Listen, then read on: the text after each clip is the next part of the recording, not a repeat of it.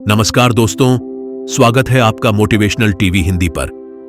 दोस्तों, किसी ने सही कहा है कि आवाज ऊंची हो तो कुछ लोग सुनते हैं, लेकिन अगर बात ऊंची हो तो बहुत सारे लोग सुनते हैं। तो दोस्तों, कहानी को शुरू करने से पहले अगर आप इस चैनल पर नए हैं तो हमारे यूट्यूब चैनल को सब्सक्राइब कर लें। तो चलिए, बिना किसी देरी के इस कहानी को शुरू करते हैं। यह कहानी है एक लड़के की। 24 साल का लड़का जो सेठ के यहां पर नौकरी करता था। उसके मां बाप इस दुनिया में नहीं थे। जिंदगी बड़ी परेशानी में चल रही थी। वह जाता था, रोजाना पैसे कमा करके घर आता था, खाना बनाता था, खाता था, सो जाता था। एक दिन उसने देखा कि एक बूढ़ा फकीर अपनी पीठ पर 3 थैले लेकर एक शहर से दूसरे शहर की ओर जा रहा था। वह काफी बूढ़े भी थे और काफी देर से वह यूं ही सफर कर रहे थे और आखिरकार कुछ दूर और सफर करने के बाद वह चलते चलते थक कर एक पेड़ के नीचे बैठ गए। तभी उनकी नजर एक नौजवान युवक पर पड़ी जो उसी रास्ते से जा रहा था और वह भी उसी दिशा में जा रहा था जिस दिशा में उन बूढ़े फकीर को जाना था। तभी वह लड़का उन बूढ़े फकीर के पास से होकर गुजरा। इस पर वह फकीर उस लड़के से कहते हैं, सुनो बेटा, क्या तुम मेरी थोड़ी सी मदद कर सकते हो? यह थैला बहुत भारी है और मैं बूढ़ा हो चुका हूं। मैं ज्यादा समय तक इनका बोझ नहीं उठा सकता और मैं बहुत थक भी चुका हूं। तो क्यों ना तुम मेरे एक थैले को ले लो और मुझे उस दूसरे गांव तक पहुंचा दो। इसके बदले में मैं तुम्हें 3 स्वर्ण मुद्राएं दूंगा। वह लड़का उन फकीर की सारी बातें सुनता है और उन फकीर से कहता है, कोई बात नहीं बाबा, मैं आपकी मदद करने के लिए तैयार हूं। कहिए, आपको कहां जाना है? ऐसा कहकर उस लड़के ने उन फकीर का एक थैला उठा लिया और अपने कंधे पर ले लिया। तभी उस जवान लड़के को यह एहसास हुआ कि यह थैला तो सचमुच बहुत भारी है। वह लड़का और फकीर दोनों रास्ते में आगे की ओर बढ़ चले। कुछ दूर आगे चलने के बाद देखते ही देखते वह गांव खत्म होने लगा और अब एक सुनसान रास्ता आगे की ओर जा रहा था।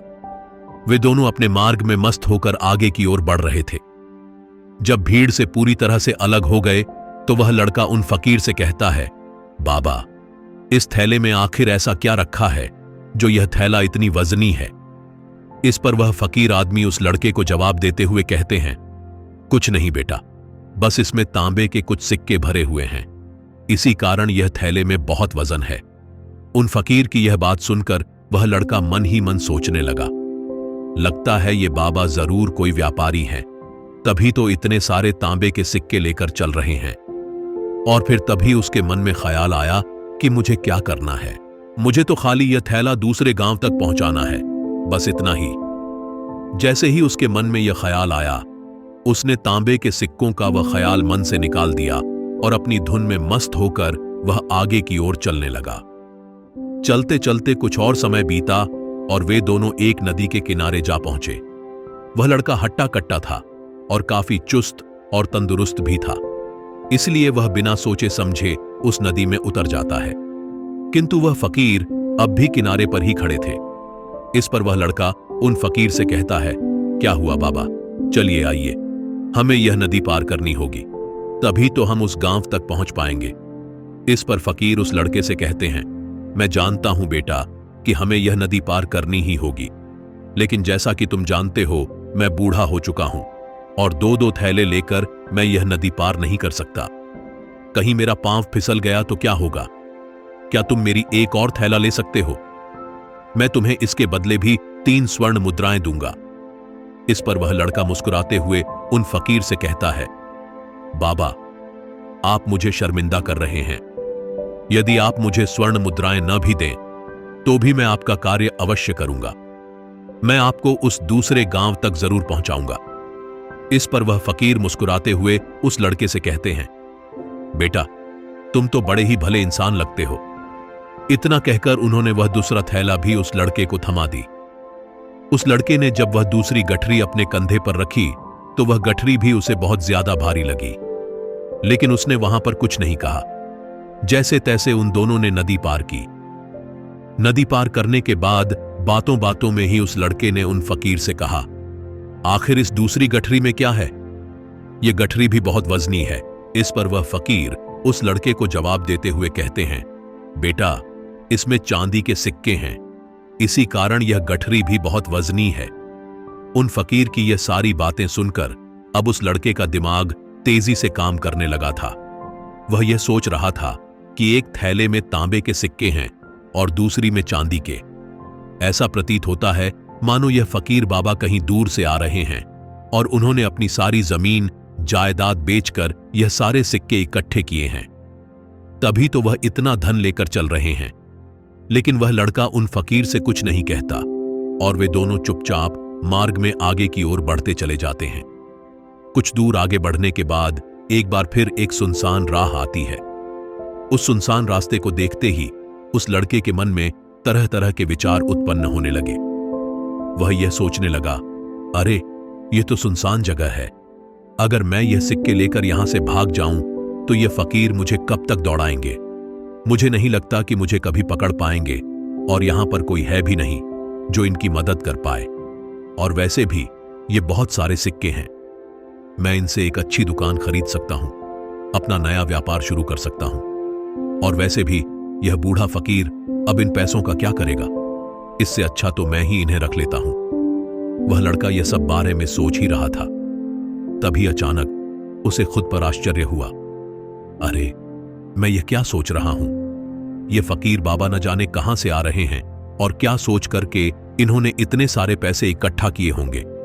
मुझे इनका फायदा नहीं उठाना चाहिए, नहीं नहीं, मुझे ऐसा नहीं करना चाहिए। उसने कुछ देर के लिए तो अपने मन के विचारों को काबू कर लिया, लेकिन कुछ देर बाद उसके मन के विचार उस पर देखते ही देखते हावी होने लगे। वह लड़का दो थैले लेकर उन फकीर के पीछे पीछे चल रहा था और कुछ दूर आगे चलने के बाद एक पहाड़ी आई। इस पर वह फकीर बाबा उस लड़के से कहते हैं, बेटा यह पहाड़ी मैं नहीं चढ़ पाऊंगा, मैं काफी बूढ़ा हो चुका हूं और मेरे घुटनों में भी दर्द रहता है। यदि तुम मेरी तीसरी गठरी भी ले लो तो मैं तुम्हें 3 और स्वर्ण मुद्राएं दूंगा, लेकिन याद रखना इसे कहीं गिराना मत, कहीं यह गठरियां खुल न जाएं। इस पर वह लड़का उन फकीर से कहता है, क्यों बाबा, आखिर इसमें ऐसा क्या है। इस पर वह फकीर उस लड़के से कहते हैं, बेटा इसमें स्वर्ण मुद्राएं हैं। यह सुनकर वह लड़का मन ही मन बहुत प्रसन्न हुआ। उसने चुपचाप वह गठरी भी उन फकीर से ले ली और देखते ही देखते दोनों मार्ग में आगे की ओर बढ़ने लगे। अब वह फकीर बिना कोई वजन लिए हुए आराम से पहाड़ की चढ़ाई पर चढ़ रहे थे, किंतु वह नौजवान लड़का जो पीछे था वह वजन के कारण बहुत धीरे धीरे चल पा रहा था। लेकिन जब से उसने सोने का नाम सुना था उसका मन तो छलांग मार रहा था। वह मन ही मन सोच रहा था, अगर मुझे यह सारा धन मिल जाए तो मेरा पूरा जीवन तो आराम से कट जाएगा। वैसे भी यह बाबा तो बूढ़े हो चुके हैं, भला इन्हें इतने पैसों की क्या जरूरत है, इनका जीवन तो वैसे भी कट चुका है। मैं एक काम करता हूं, ये सारे पैसे लेकर यहां से भाग जाता हूं। लड़के के मन में अनगिनत विचार उठ रहे थे। लड़के का मन अब उसकी बुद्धि पर पूरी तरह से हावी हो चुका था और उस लड़के का मन अपनी बात को सही साबित करने के लिए उससे कुछ भी कह रहा था। और तभी उस लड़के के मन में एक और विचार उत्पन्न हुआ और अब की बार वह लड़का यह सोच रहा था, लगता है यह फकीर बाबा कोई चोर है, वरना इनके पास इतनी सारे स्वर्ण मुद्राएं कहां से आएंगे। अगर यह कोई व्यापारी होते तो भला यह इस तरह से पैदल यात्रा तो नहीं करते, और अगर इनके पास इतने सारे पैसे थे तो यह कोई ना कोई साधन भी तो अवश्य कर सकते थे। लगता है यह कोई चोर है और चोर से चोरी करने में भला क्या बुराई है। यह सोचता हुआ वह लड़का अब उन फकीर से तेजी से आगे की ओर बढ़ रहा था और देखते देखते वह फकीर से आगे भी निकल चुका था और वह यह सोच रहा था कि जैसे ही इस पहाड़ की ढलान आएगी मैं तीनों गठरियां लेकर भाग जाऊंगा। इससे यह सारे पैसे मेरे हो जाएंगे और मेरी गरीबी भी हमेशा हमेशा के लिए दूर हो जाएगी। मैं जो चाहूंगा मैं वह कर पाऊंगा, मेरे पास बहुत सारा धन होगा। और देखते देखते वह दोनों पहाड़ की चोटी पर पहुंच गए और अब ढलान का रास्ता शुरू होने वाला था। तभी वह लड़का उन फकीर से नजरें बचाकर वह तीनों गठरियां लेकर भागता हुआ आगे बढ़ गया।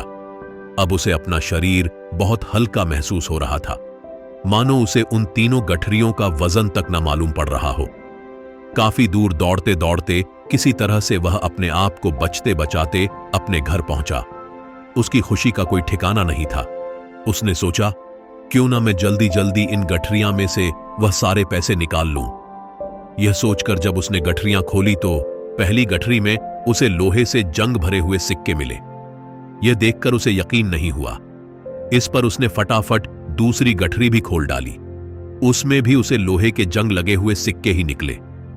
यह सब देखकर वह लड़का बड़ा हैरान था। आखिर यह सब क्या हो रहा है? उन फकीर ने तो मुझसे और ही कुछ कहा था। अब उसने वह सोने वाली गठरी खोली और उसमें भी लोहे के जंग लगे हुए सिक्के ही निकले। यह देखकर वह लड़का बड़ा क्रोधित हुआ। उसने सोचा, उन फकीर ने मुझसे झूठ क्यों कहा? उन्होंने मुझसे ऐसा क्यों कहा कि एक में तांबे के सिक्के हैं, एक में चांदी के और तीसरे में स्वर्ण मुद्राएं हैं। वह यह सब सोच ही रहा था कि तभी उसकी नजर उस थैले में पड़े एक पत्र पर पड़ी। उसने वह पत्र उठाया और उस पत्र में लिखा था, यह पूरा नाटक ईमानदार व्यक्ति की खोज करने के लिए रचा गया है और मैं इस राज्य का राजा हूं। मेरी कोई संतान नहीं और इसीलिए मैंने यह षड्यंत्र रचा है ताकि मैं अपने राज्य में किसी एक ऐसे ईमानदार व्यक्ति की खोज कर सकूं जो मेरे बाद इस राज्य का राजा बन सके और इस राज्य भार को संभाल सके। और इस राज्य का भार वही संभाल सकता है जो पूरी तरह से ईमानदार हो, जिसके मन में किसी प्रकार का कोई लालच ना हो।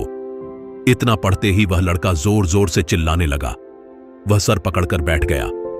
वह यह जानता था कि यदि वह अपने मन के विचारों पर काबू कर लेता तो उसका जीवन संवर सकता है, लेकिन वह अपने मन के विचारों पर काबू नहीं कर पाया। दोस्तों, महात्मा बुद्ध कहते हैं कि मन ही सब कुछ है। आप जो सोचते हैं वही बनते हैं। इसलिए आपका सबसे बड़ा दुश्मन भी आपको उतना नुकसान नहीं पहुंचा सकता जितना कि आपके मन के यह अनियंत्रित विचार पहुंचा सकते हैं। महात्मा बुद्ध कहते हैं, अपने भीतर ध्यान से देखो। हमारे भीतर जो विचार चल रहे हैं वही विचार शब्द बनते हैं और शब्द कर्म के रूप में प्रकट होते हैं। बार बार दोहराने पर कर्म बर्ताव में बदलता है और धीरे धीरे समय के साथ बर्ताव चरित्र में परिवर्तित हो जाता है और यही चरित्र हमारे भाग्य का निर्माण भी करता है। इसलिए हमें हमेशा अपने विचारों के प्रति सजग होना बहुत आवश्यक है। हमें जागरूक होना बहुत आवश्यक है। हमें यह जानना जरूरी है कि हमारे मन में किस प्रकार के विचार आ रहे हैं। आगे महात्मा बुद्ध कहते हैं कि कमजोरी हमेशा छोटे विचार से शुरू होती है। यह एक बीज के रूप में होती है और यदि इस बीज को नष्ट न किया जाए तो यह छोटा सा विचार बहुत जल्द ही एक विशाल वृक्ष का रूप ले लेता है और हमारी बुद्धि की सोचने और समझने की क्षमता को पूरी तरह से नष्ट कर देता है। जिस प्रकार आपने इस कहानी में देखा किस प्रकार उस जवान लड़के का मन उस पर हावी हो चुका था और उसकी सही और गलत सोचने की क्षमता पूरी तरह से नष्ट हो चुकी थी, जिस कारण वह यह समझ नहीं पाया कि उसे क्या करना चाहिए और उसके लालच ने उसके भीतर इतनी ऊर्जा भर दी कि वह तीनों गठरियों को उठाकर इतनी तेजी से वहां से भागता हुआ आगे भी बढ़ गया। इसीलिए जब आपके मन में पहली बार कोई गलत विचार उत्पन्न हो तभी उसे जड़ से उखाड़ देना चाहिए, अन्यथा वह विशाल वृक्ष का रूप लेगा और आपको किसी न किसी गलत राह पर वह धकेल ही देगा। आप चाहकर भी उसे रोक नहीं पाएंगे। लेकिन अब आपके मन में यह प्रश्न उठ रहा होगा कि हम भला अपने मन के विचारों को कैसे नियंत्रित करें। हमारा मन तो इतना चंचल है, वह इतना शक्तिशाली है कि वह हम पर हावी हो ही जाता है। हम चाहकर भी उस पर नियंत्रण नहीं कर पाते। इसके जवाब में महात्मा बुद्ध हमें दो बातें समझाते हैं। पहली बात, सही इरादा विकसित करो। कई बार आपने देखा होगा कि आपके मन में कुछ और होता है किंतु आप कहते कुछ और हैं, क्योंकि आपके मन के भीतर जो कुछ बसा है वही आपके मुख से बाहर भी निकल रहा है। लेकिन जब हमसे वह गलती हो जाती है तो उसके बाद हमारा मस्तिष्क अच्छी तरह से काम करना शुरू कर देता है। हमारे सोचने और समझने की क्षमता एक बार फिर से जागृत हो जाती है और ऐसी अवस्था में हमें यह एहसास होता है कि हमसे गलती हो गई है और फिर हमारा मन दुखी हो जाता है।